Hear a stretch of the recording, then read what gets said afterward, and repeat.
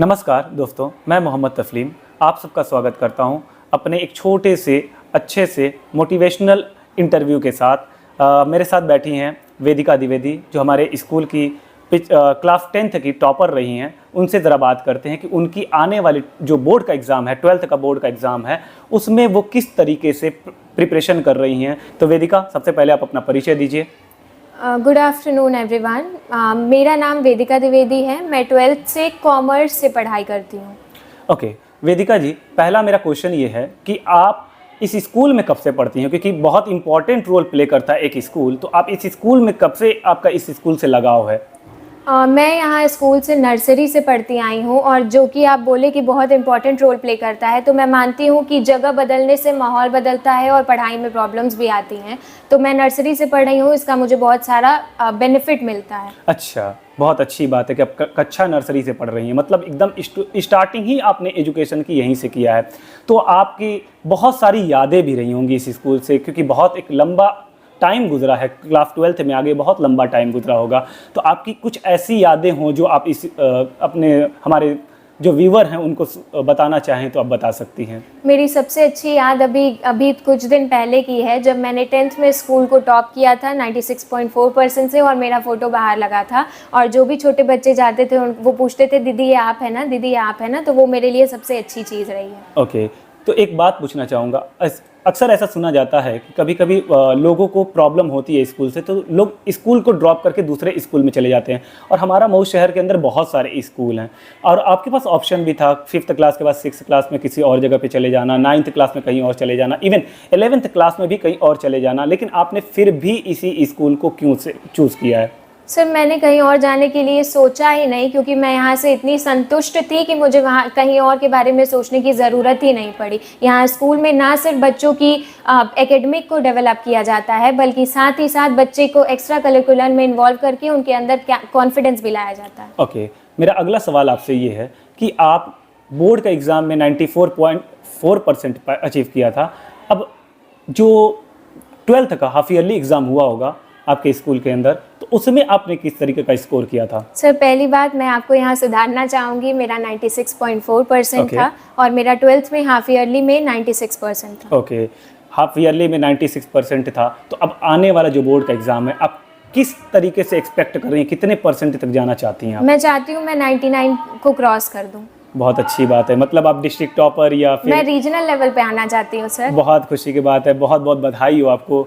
और हम लोग की प्रे है कि आप उसको अचीव करें। हम लोग को आपसे ज़्यादा खुशी शायद हम लोग को होगी कि आप उसको अचीव कर लेंगी। तो थैंक यू सर। अगला क्वेश्चन ये है आपसे कि आजकल के टाइम पे सबसे बड़ी प्रॉब्लम होती है बोर्ड में जाने के लिए बच्चों को, कि सबसे पहले उनको डर लगता है कि मुझे बोर्ड में जाना है। तो बोर्ड का एक डर बना हुआ है लोगों के अंदर, उससे कैसे आप छुटकारा पाती हैं? उससे जब हम 2 प्री बोर्ड देते हैं, आधा डर, आधा क्या, पूरा ही डर हमारा वहाँ ख़त्म हो जाता है। साथ ही में मैं अपने स्कूल के मैनेजमेंट को बहुत अप्रिशिएट करना चाहूँगी कि हमारा जो ECR टीम है, वो एग्ज़ाम के बीच में ही चेकिंग करने 2-4 लोग आ जाते हैं, जिससे वहाँ पे जो माहौल होता है वही यहाँ भी हम महसूस करते हैं। तो इसलिए हम जब वहाँ पेपर देने जाते हैं, ये सब चीज़ होती हैं, तो इन सब से हम डिस्टर्ब नहीं होते हैं, और हम सिर्फ अपने लिखने पर ध्यान देना चाहते हैं। ओके, अब मेरा अगला सवाल ये है कि 2 महीने के बाद यानी फरवरी में आपका पेपर है बोर्ड का, आप किस तरीके से अपने रूटीन को फॉलो कर रही हैं?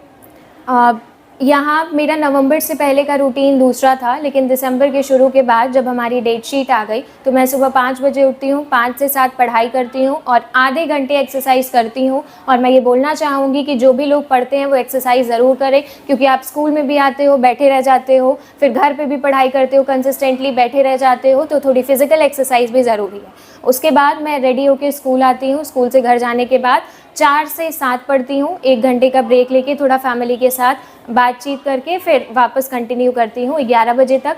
पढ़ने के बाद मैं जो भी पढ़ा हुआ होता है वो रिवाइज़ ज़रूर करती हूँ। और सबसे बड़ी बात मैं ये बताना चाहूँगी कि जो भी पढ़ना है, क्या आज पढ़ना है, उसका टारगेट सेट करो। अगर नहीं कंप्लीट होता है उस टाइम में तो कंप्लीट करके ही सो। मैं अभी कल की बात बताना चाहूँगी कि मैं पढ़ी थी, मेरा टारगेट था, कंप्लीट नहीं था, मुझे 12 क्रॉस हो गया, लेकिन फिर मुझे नींद नहीं आ रही थी, और आखिर में मैं पढ़ के ही सोई। बहुत अच्छी बात है, बहुत इतनी मेहनत, हार्ड वर्किंग आप कर रही हैं। ऊपर वाला भी चाहेगा कि आप उसको अचीव करें जो आपका टारगेट है। एक चीज़ और पूछेंगे कि आज के टाइम पे सबसे बड़ी प्रॉब्लम क्या आती है, जो पहली बार बोर्ड के एग्ज़ाम में अपीयर होते हैं, जो 10th क्लास के बच्चे होते हैं, उनके लिए एक अलग तरीके का, एक यूँ कहे कि मनोवैज्ञानिक यानी साइकोलॉजिकल एक डर होता है। उससे वो कैसे निकल सकते हैं? क्योंकि उनको आप एक बार दे चुकी हैं, आपको उतना एक्सपीरियंस भी है और आपको उतना डर नहीं होगा, लेकिन 10th क्लास के बच्चों के अंदर एक भय होता है, जो डर होता है, उसको कैसे निकाला जा सकता है? इस पे मुझे बहुत ज़रूरी बात करनी है आपसे। सबसे पहले बच्चों, मैं तुम लोग से ये कहना चाहूँगी कि तुम लोग जो सोचते हो कि सिर्फ तुम डर रहे हो, तुमको घबराहट हो रही हो, तो तुम अकेले नहीं हो। जितने भी लोग आज तक पेपर दिए हैं, यानी जो 100% भी स्कोर किया होगा एग्ज़ाम में, उसको थोड़ा बहुत डर तो लगता ही है। बाकी अपने प्री बोर्ड एग्ज़ाम किसी भी हाल में, कुछ भी सिचुएशन हो जाए, मिस मत करो, क्योंकि उसको देने के बाद जो एक्सपीरियंस आता है वो कहीं नहीं मिलता है। उससे जो भी डर होता है वो ख़त्म हो जाता है। ओके, अगला सवाल मेरा ये रहेगा कि आप नर्सरी से पढ़ती आ रही हैं, स्कूल के मैनेजमेंट यानी कि प्रिंसिपल, आपके director sir and deputy director sir और टीचर्स का क्या आप पे प्रभाव है? क्या मतलब ऐसा क्या आपके साथ उनका बिहेवियर है जो आपको सबसे अच्छा लगता होगा कि स्कूल के अंदर कैसे मैनेज करते हैं वो लोग?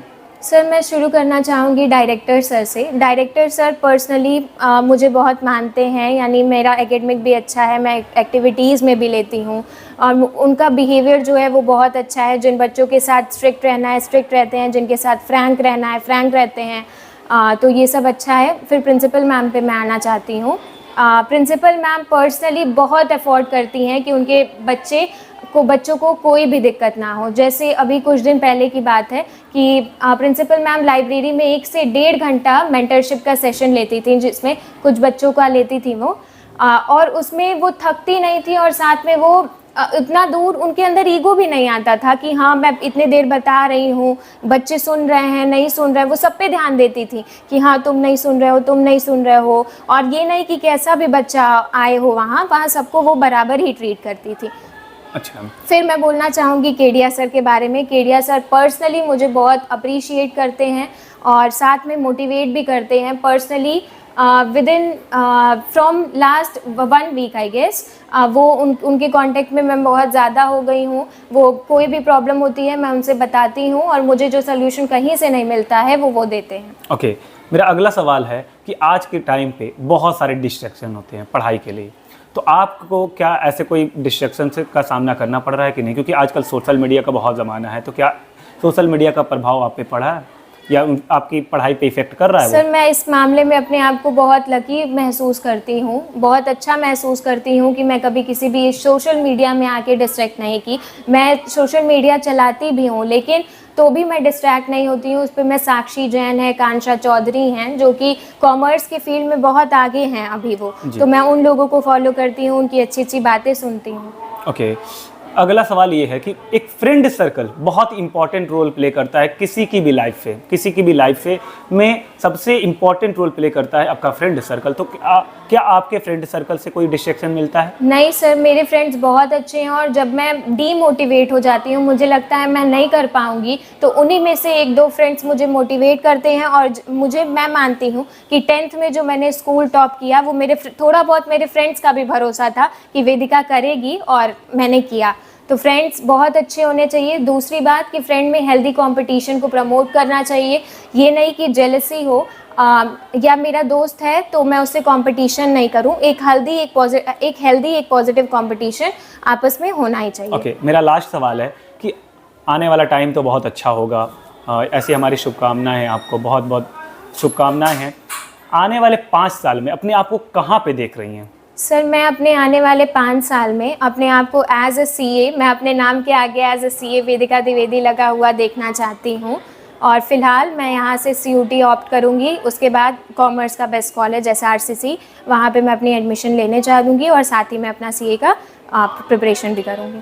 अगर आप अपने दोस्तों से या अपने जो छोटे भाई बहन हैं जो बोर्ड के एग्ज़ाम में जा रहे हैं, उनसे आप कुछ कहना चाहती हैं तो आप अपना संदेश दे सकती हैं उनको। हमेशा मोटिवेटेड रहो, कभी डरने की ज़रूरत नहीं है। थोड़ा सा मेहनत करोगे तो तुम बहुत कुछ कर सकते हो। अभी 2 महीना 2.5 महीना बचा है, और एक नॉर्मल कॉमर्स के बच्चों के लिए कॉमर्स का हूँ, ह्यूमैनिटीज़ का हूँ, मैथ्स का हूँ, बायो का हूँ, सबको 12th जो बोर्ड है वो सबको एक बराबर का वो दर्जा दिया हुआ है। तो ये सोचो कि मैथ्स टफ़ नहीं है, बायो टफ़ नहीं है, जैसे कॉमर्स वाले पढ़ रहे हैं वैसे तुम भी पढ़ सकते हो अपने आप को। और ये मत सोचो कि कॉमर्स ईजी है, वो भी बायो जैसे, वो भी कॉमर्स मैथ्स जैसे टफ़ है। और सब लोग सब कुछ कर सकते हो, बस अब पढ़ना शुरू कर दो अगर नहीं पढ़ रहे हो तो, क्योंकि बोर्ड इतना आसान भी नहीं है और बोर्ड इतना डिफ़िकल्ट भी नहीं है। Thank you. ओके, हमारी बहुत बहुत शुभकामनाएं आपके साथ कि जो बोर्ड का आने वाला एग्ज़ाम है उसमें आप अचीव अच्छा करें, और प्लस आपका जो ड्रीम है सीए बनना वो भी कंप्लीट हो जाए। हमारी बहुत बहुत शुभकामनाएं हैं दोस्तों। इसी के साथ हम अपनी बात को ख़त्म करते हैं। धन्यवाद।